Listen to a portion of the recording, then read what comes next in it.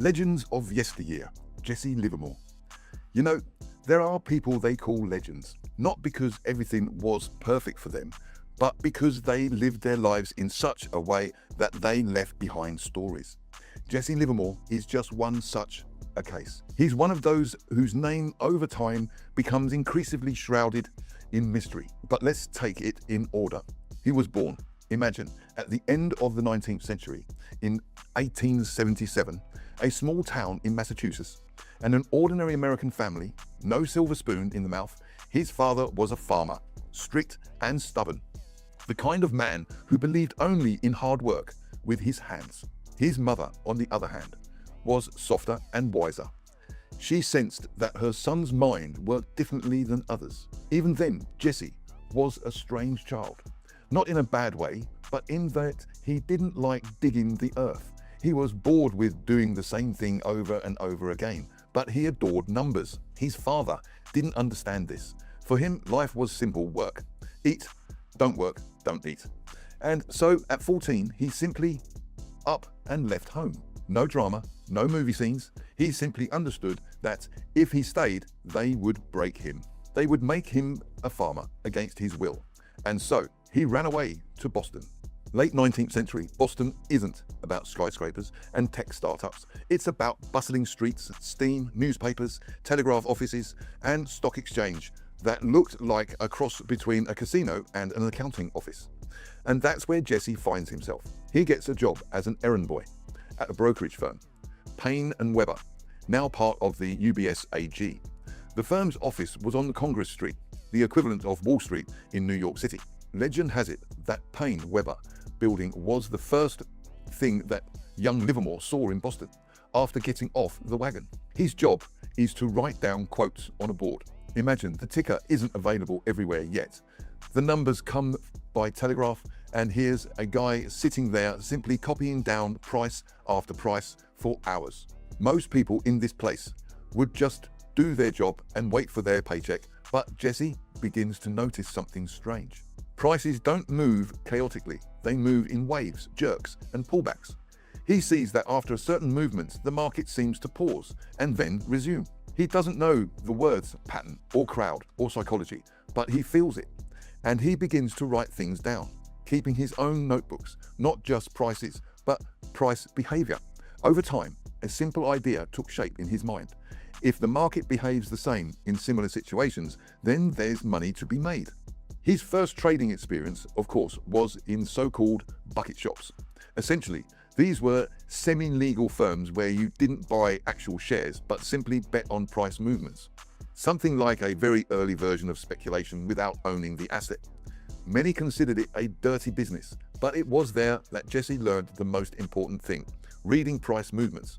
There were no dividends or fancy company stories. It was simply up or down. And then he started winning. Not just occasionally, but consistently. At first, just a little, then more. By 16, he was already earning more than the grown men around him. People start recognizing him and, of course, disliking him.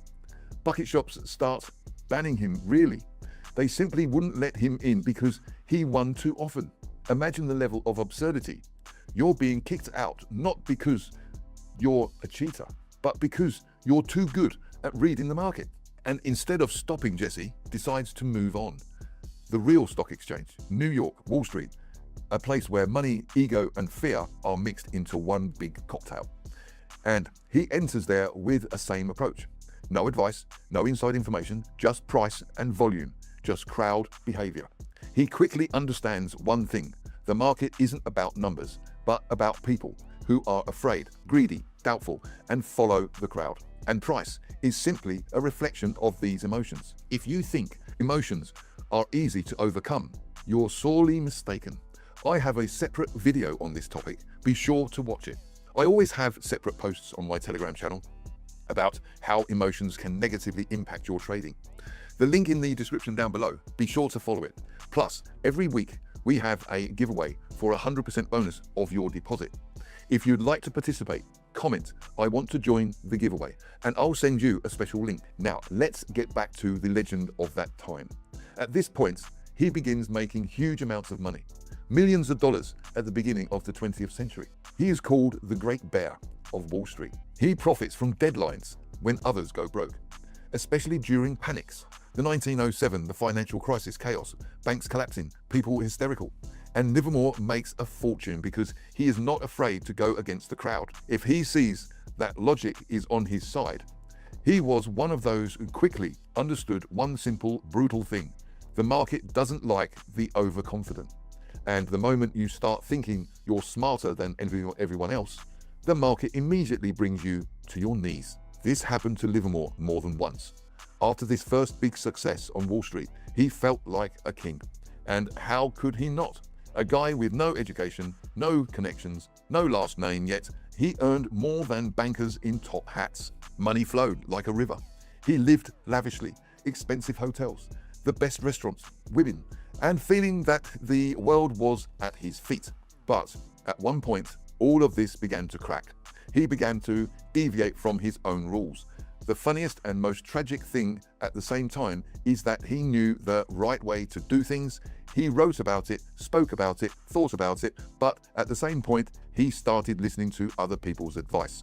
And every time he did so, the market knocked him down. The first major crash happened precisely because of this. He jumped into the market without a clear signal, without his own confirmation, simply because that was what they said. The result, the loss of almost his entire fortune. For everyone else, this would have been the end. He would have given up, walked away, declared the stock market is a casino, but not Livermore. He sat down, cooled down, and did what he did best, began to analyze his mistakes. Over time, he developed his core principles. Big money is made not by constantly trading, but by waiting. He could do nothing for weeks, simply observing. And then, at one point, enter, capture, and move that others simply couldn't psychologically withstand. He said that sitting in the right position is more difficult than entering it, because the market consistently tries to knock you out with doubts. But for all of his genius, he had a weakness. He was addicted to emotions, especially the feeling of victory. When everything was going well, he would start increasing his risks, and the market punished him again and again. During his life, according to various estimates, he became a multi-millionaire 3 or even 4 times, and lost everything just as many times. The story leading up to the crash of 1929 was particularly telling. The Great Depression, the most famous crash in history. And here, Livermore once again proved to be the man who saw it coming. He saw that the market was overheated, that the growth wasn't backed by a real economy. The people were buying stocks simply because they were going up. Classic, right? Nothing changes. At that point, he begins shorting carefully and methodically. And when the market collapses, he makes a colossal profit. They say it was around 100 million at that time. He's a legend again, the man who was right when everyone else was wrong. But it's precisely after this, the success, that his slow decline begins. Money stops bringing joy. His name becomes a brand. He begins managing not only his own money, but also that of others. And that's completely different psychology and responsibility, plus his personal life. It was, to put it mildly, difficult. Several marriages, conflicts, divorces, feeling of loneliness. He was a man of the marketplace, not a man of everyday life. He struggled with everyday life, and the older he got, the more difficult it became to balance. Everything he warned others about finally come crashing down on him. And at some point, he officially declared bankruptcy. And here, it's important to stop and think. The man who understood the market better than most, who wrote the fundamentals of speculation, who became the prototype for hundreds of traders, couldn't control himself. Not because he was stupid, but because he was human. The final stage of his life awaits him, the hardest, the darkest, and the most instructive. There will be silence, loneliness, and a very bitter end. But even there are important lessons that are still relevant for any trader. Over time, the silence around him became too intense, and this is perhaps the most terrible thing that can happen to a man who has lived his entire life surrounded by the noise of the market. The phones no longer rang, journalists stopped seeking commentary, young traders already knew new names and new legends. And Livermore was left alone. Financial problems mounted, pressure from partners and family, and the worst thing was the feeling that you'd already figured it all out lived through it all, but couldn't fix anything. He wrote the most dangerous state for a trader was despair, disguised as confidence. Added to this was depression. Back then, it wasn't discussed the way it is now. There were no psychologists, no Instagram gurus, no support for concepts, emotional burnout. It was just pull yourself together, but a man stopped whining, but inside was a complete chaos. A man who knew how to read the market was completely unable to read himself. In 1940, he checked into a New York hotel. It was a quiet room, an ordinary day, and he wrote a very short note to his wife. Just a few lines about how tired he was, how hard it was, and how he couldn't go on. And that's it. That's the end of the story, which ends abruptly. And here, many people wonder, how could this happen? The man who knew the market better than anyone else, who left behind a legacy rules and philosophy, and this is how it ends. And you know that precisely what makes him real. Because Livermore isn't a success story, but a story of a man with all of his weakness and mistakes. He left behind not a method, a strategy, or magic buttons, but the understanding that the market is a mirror. It shows you yourself. And if you don't work with it, no matter of knowledge will save you. Almost everything he said 100 years ago, still relevant today. People still follow the crowd, look for quick money, fail to wait, and break the rules when a winning streak begins. And they still blame the market, not themselves. Livermore said that big money is made not by intelligence, but by character. And perhaps it was precisely his character that let him down. He was too emotional, too lively, too involved. He didn't know when to stop, but at the same time, if you asked him, he regretted his path. I'm almost certain he would say no, because the market was his life.